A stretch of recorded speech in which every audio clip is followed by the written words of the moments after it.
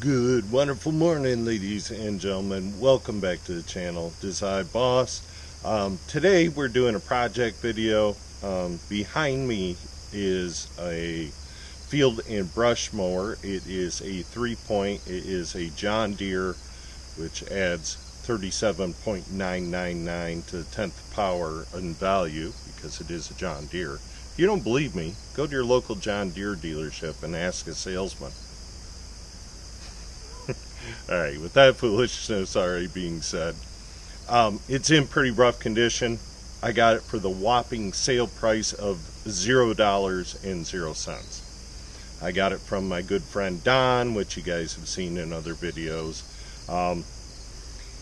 Kind of is all going to tie together. So I've had a couple comment questions about why am I out mowing, brush hogging the fields over at the farm.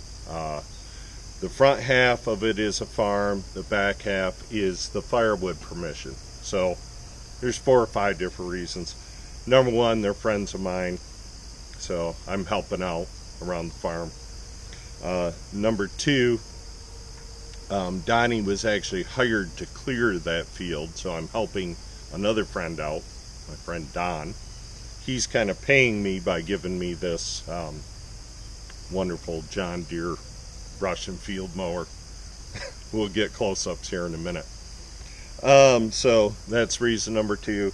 Reason number 3, it just builds goodwill. You know, if you can help your neighbors out, they do give me a little bit of money, help out with gas and wear and tear and stuff like that on the tractor. So, but mostly goodwill.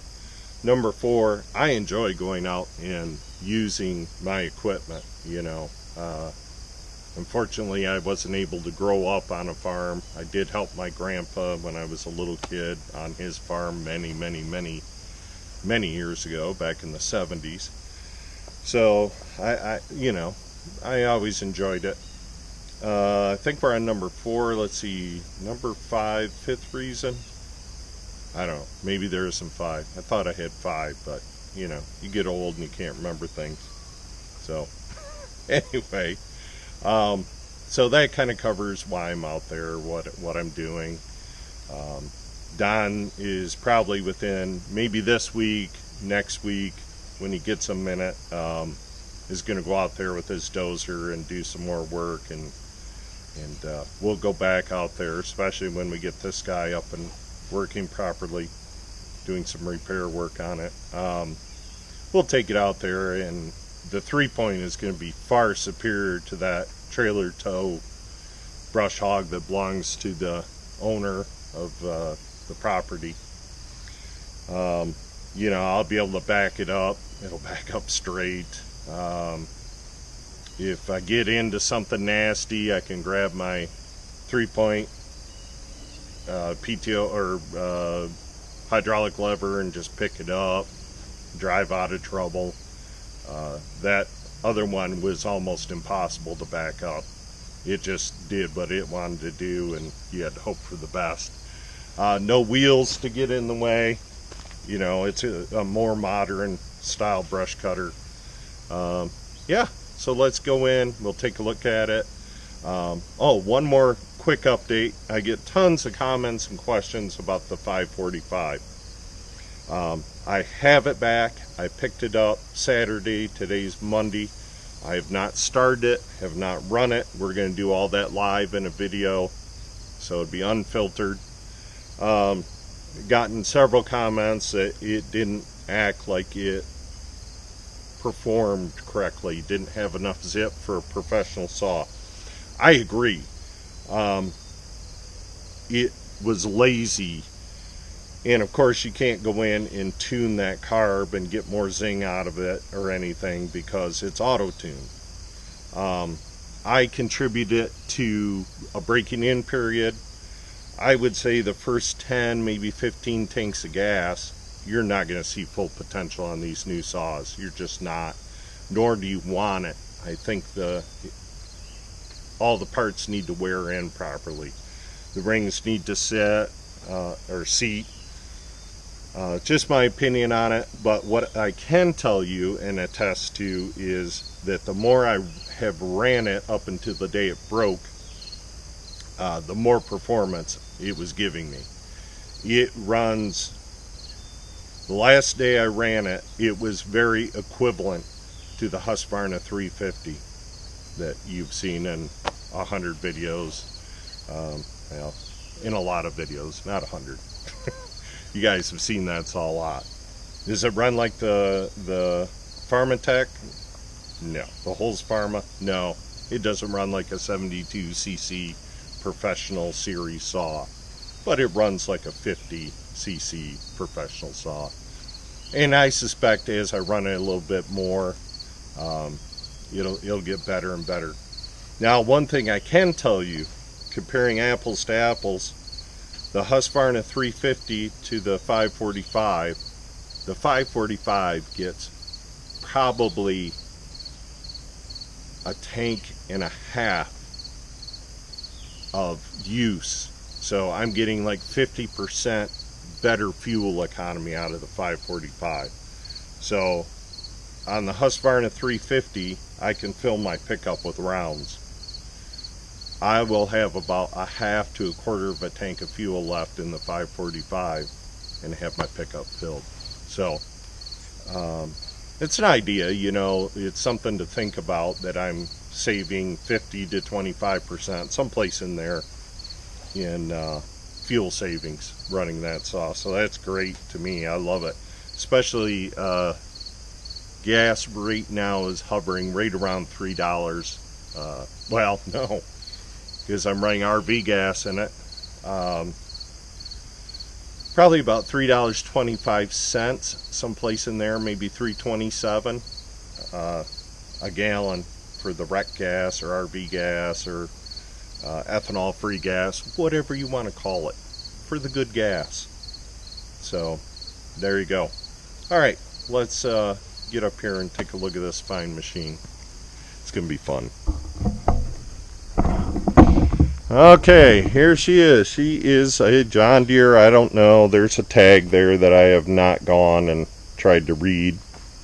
I don't care what model it is, but it's a John Deere.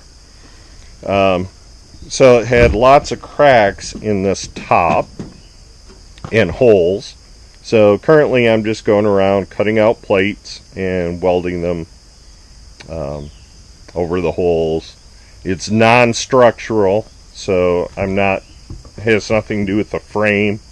It is just to keep the brush and the grass from hitting me. You know, it's got a heavy frame underneath there with all the lift points. Someone has added this piece, and I'm not sure why, because it is not attached to anything up here in the front. It's like they thought about attaching it and then didn't. This is where your top link hooks on, so you would have to hold that level and then weld it to the back here. We're not going to do that. I think I'm just going to cut it off. Here we have a pretty extreme crack that I've started leveling. This was actually crushed down, so I've started leveling that. I tacked it. I'm going to add this plate in there, weld that to the frame, give it some good strength. I'm going to put a piece of strapping or plate over top of that large crack, do something here, weld that at least, maybe put a plate there, and then there's some holes back here that we're going to plate up. Should have enough material to do it. On a side note, I bought a new welder because my welder, the little Lincoln wire feed non-gas MIG welder, is kind of pooched out. The feed motor quit. It would still weld, but no way to feed the wire. So I haven't even looked to see what a new feed motor would cost for it. Also, my friend Rob, who is Donnie's son-in-law, has given me a 220 MIG welder. It's a Century. He thinks I might be able to take the whip off the Lincoln and put it on that Century because they're the same company. So we're going to try that at some point. I need to get a different plug-in for it because I'll have to run it off the 10,000 watt generator because I don't have 220 down here at my, what hopefully someday will be a pole barn. My half a pole barn? Yeah, whatever you want to call it. I call it the shop area. So I'm going to pull out the welder and do some bits and bobs, and we're going to get right into it. I hope you enjoy the video. Oh, remember, I am not an expert welder. The other thing is, I don't think this little MIG welder that I'm using, it's supposed to be 140 amp. I don't think it's giving me 140 amp. So, I don't know. I don't know what to say about it. Maybe I'll take the extension cord out of the loop and try plugging it right in and see if that helps give it a little more penetration. It could be impedance going through that 100-foot extension cord. I don't know. Enough jibber jabber. Let's get into it. Stay tuned. A weld down in here that the last fella left that I need to try to grind off. So I'm using a flappy disc on my Milwaukee grinder here. We're going to see if we can get in there and do anything with it. I don't know how well you can see. If I put you around on the other side over here, you'll be right in the sun, so that'll be no fun.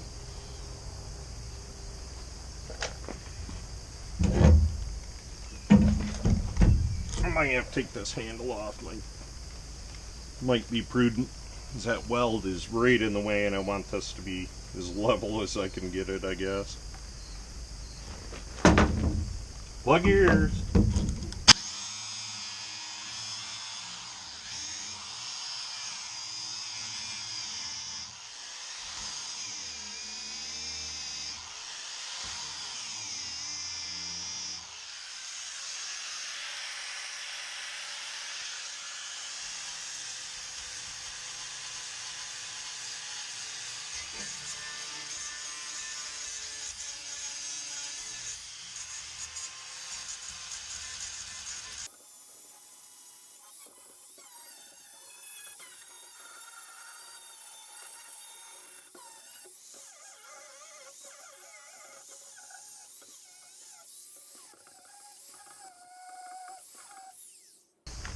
Now remember, this doesn't have to win any beauty contests at all.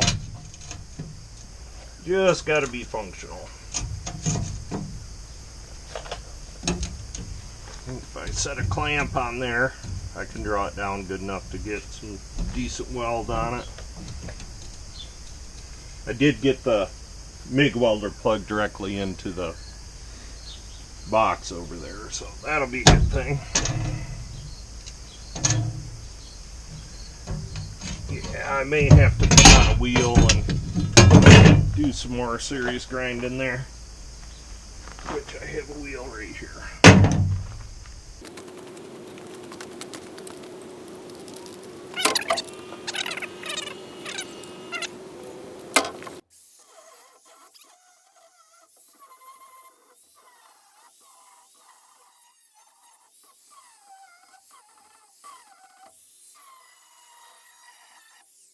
Yeah, that's doing some good damage. Alright, I'm going to shut you guys off, go do chickens. Be right back. Alright guys and gals, I am back. Got the chickens let out successfully. And we're going to put this plate on and buzz it up a little bit. I don't know if it needs full-on line welds or just a tack job. Might hold it sufficiently.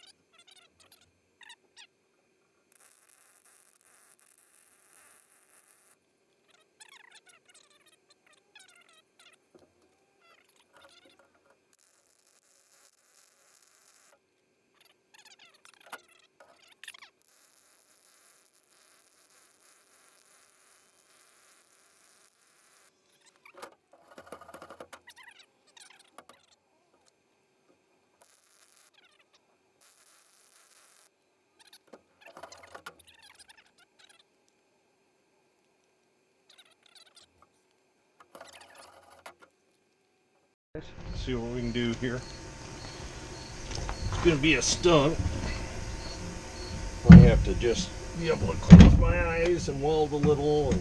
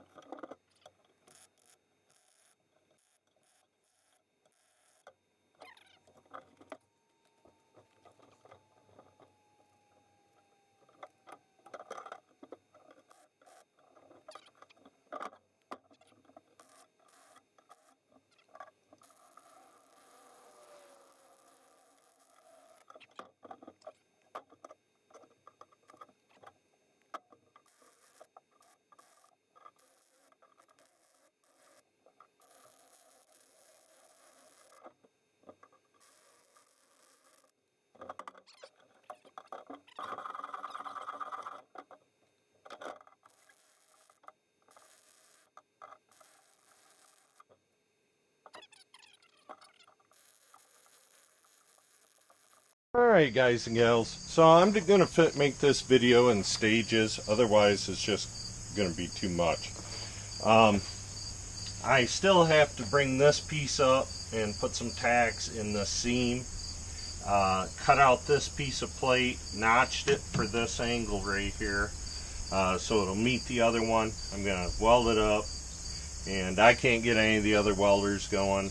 We're just going to have to do what we always do, make the best out of a not a great situation. Alright guys, I'll bring you back after, show you what I got done. Okay guys and gals, so some time has passed and I'm making progress. I got this piece kind of scabbed in. We got a big gap here. I'm not sure what to do, but it fit tight down here, fairly tight. So I got that welded in. Decided to add a piece of angle iron up here in the front. That's got that piece of plate grabbed really well. I don't think that's going to go anywhere. Hope not. What have we got left to do? We got a crack here. I'm just going to slide a piece of scrap on that.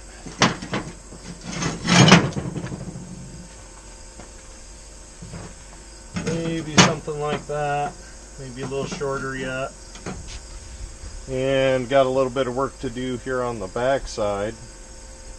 And I think it's ready after that. I'm going to cut this piece off. I'm kind of waiting to put the cutting blade on the grinder. I only got one grinder nowadays. Back here and look at this mess. Yeah, pretty significant crack here, hole there. I haven't even cleaned all the moss and crap out of here yet, but I see a hole there. And there's this old chain. Guess we can get him out of there. Blow that out with the air gun. See how that goes. Move all my guys out of the way. I don't want to fill full of moss.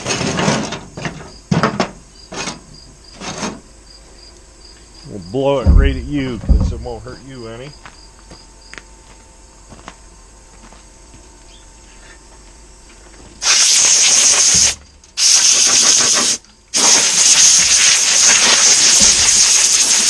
This would probably be in a lot better shape if they didn't leave it under a tree, it looks like.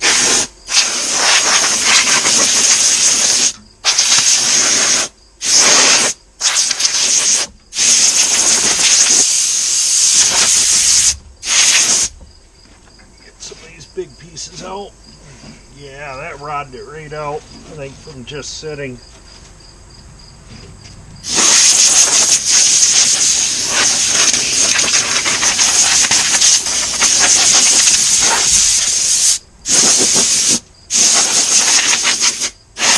I got a bigger piece of plate I could slip in here, most likely. It's a little thicker though. Got some holes drilled in it, but that won't hurt anything. Let me go grab it.